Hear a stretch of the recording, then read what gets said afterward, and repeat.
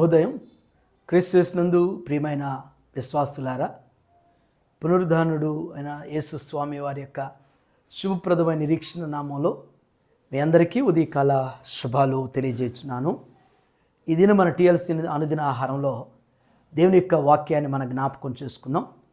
వాక్యంతో పాటుగా మధ్యలో ఒక క్వశ్చన్ మిమ్మల్ని అడగటం జరుగుతుంది. మరి ఇప్పటి వరకు కూడా ప్రతిదినం కూడా అదే రీతిగా కొనసాగుతున్నాం. చాలామంది ఆసక్తులై మరి ఎంతో చక్కగా మీరు మన టీఎల్సీ డైలీ బ్రెడ్ అనేటువంటి దాంట్లో ఆ యూట్యూబ్ ఛానల్లో ఉన్నటువంటి కామెంట్ బాక్స్లో చక్కగా కామెంట్ చేస్తూ పంపిస్తున్న విధానాన్ని బట్టి కూడా నేను ఎంతగానో సంతోషిస్తూ దేవునికి మరి కృతజ్ఞతలు చెల్లిస్తూ మిమ్మల్ని అందరిని కూడా ఎంతగానో అభినందిస్తున్నాను. ఈ దినం మన టీఎల్సీ అనుదిన ఆహారంలో దేవుని యొక్క వాక్యం పేతురు రాసినటువంటి మొదటి పత్రిక 2వ అధ్యాయం 10వ వచనాన్ని చదువుకుందాం. ఒకప్పుడు ప్రజగా ఉండక ఇప్పుడు దేవుని ప్రజ అయితిరి. ఒకప్పుడు కనికరింపబడక ఇప్పుడు కనికరింపబడిన వారైతిరి. దేవుని బిడ్డలారా, అపోస్తలుడైనటువంటి పేతురు ఆనాటి ఆదిమ సంఘాన్ని ఉద్దేశించి నేటి విశ్వాసులైనటువంటి మనందరినీ కూడా సంబోధిస్తూ ఈ మాటలు మనకి జ్ఞాపకం చేస్తున్నారు. ఈ మాటల్లో ప్రభు ఈ ఉదయం మనతో స్పష్టంగా సూటిగా 2 మాటలు మనకి జ్ఞాపకం చేస్తూ మనతో మాట్లాడుతున్నారు. మొదటి తలంపు ఏంటంటే, ఒకప్పుడు ప్రజగా ఉండక ఇప్పుడు దేవుని ప్రజ అయితిరి. దేవుని బిడ్డ, ఒకప్పుడు ప్రజగా ఉండక ఇప్పుడు దేవుని ప్రజ అయితిరి అంటున్నాడు. నిజమే, ఒకప్పుడు దేవుని ఎరగనటువంటి వారుగా, దేవుని సన్నిధి ఎరగని వారుగా, దేవుని యొక్క వాక్యం అనేటువంటిది ఎరగనటువంటి వారుగా, అన్యులుగా, అన్ని జనాంగంగా, అన్యుల్లో కలిసిపోయినటువంటి వారుగా దూరంగా దేవునికి జీవించాం. ఇప్పుడైతే దేవుని ప్రజ ఉన్నారు అంటే దేవుని బిడ్డలుగా మనం అంగీకరించబడ్డాం. దేవుడు మనల్ని ఎరిగొన్నాడు. దేవుని ప్రేమను మనం పొంది ఉంటున్నాం. దేవుని యొక్క శక్తి ఏంటో మనం ఎరిగి గ్రహించాం. కాబట్టి ఈనాడు ఆయన ప్రజలుగా, ఆయన బిడ్డలుగా, ఆయన సొత్తుగా కాబడ్డాం. ఎంత దీవెనకరం, ఎంత ధన్యత మనకు కలిగింది. ఒకప్పుడు ఉన్నటువంటి అజ్ఞానం నుండి, ఒకప్పుడు ఉన్నటువంటి అంధకారం నుంచి, ఒకప్పుడు ఉన్నటువంటి ఆ దుర్భరమైనటువంటి స్థితి నుంచి, పరిస్థితి నుంచి దేవుని ఎరిగి, దేవుని ప్రేమను గుర్తెరిగి, ఆయన ప్రేమలో ఆయన బిడ్డలుగా ఆయన చేత హక్కున చేర్చుకున్నటువంటి వారికి ఉన్నామంటే ఇది ఎంత ధన్యకరమైన జీవితం అనేటువంటిది మనం ఎంతగానో ఇందును బట్టి దేవునికి ఎంతగానో కృతజ్ఞతలు చెల్లించాలి. మన యొక్క ఇదిన ప్రశ్న ఏంటంటే, ఇదిన మన క్వశ్చన్ ఏంటంటే, పేతురుకి యేసుప్రభు సీమోను పేతురు అన్న పిలిచాడు. పేతురు అనేటువంటి పేరుకి అర్థం ఏంటి, మీనింగ్ ఏంటి? సైమన్ పీటర్ అనేటువంటి దానికి ఆ నేమ్కు ఉన్నటువంటి మీనింగ్ ఏంటి? పేతురు అనేటువంటి దానికి పర్యాయ పదం అర్థం ఏంటి? ఈ భాగంలో 2వ తలంపు ఏంటంటే, ఒకప్పుడు కనికరింపబడక ఇప్పుడు కనికరింపబడితిరి.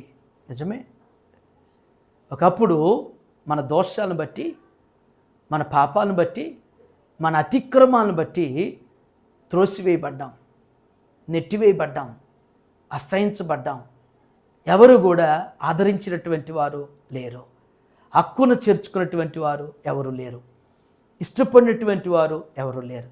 ఇప్పుడైతే ప్రభు, మనం ఆరాధిస్తున్నటువంటి, మనం నమ్మినటువంటి, మనం విశ్వసిస్తున్న మన ప్రభు మన మీద కనికరపడుతూ ఉన్నాడు.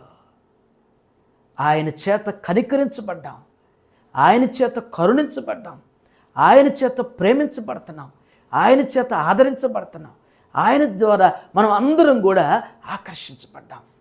ఎంత ఆశీర్వాదం! ఒకప్పుడు కనికరించబడలేదు, ఇప్పుడు కనికరించబడుతున్నాం. ఈనాడు ప్రభు చేత నిరంతరం కూడా ఆదరించబడుతున్నాం అనేటువంటి ఈ గొప్ప ధన్యత మన కలిగి ఉండటం అనేటువంటిది ఎంత దీవెనకరం.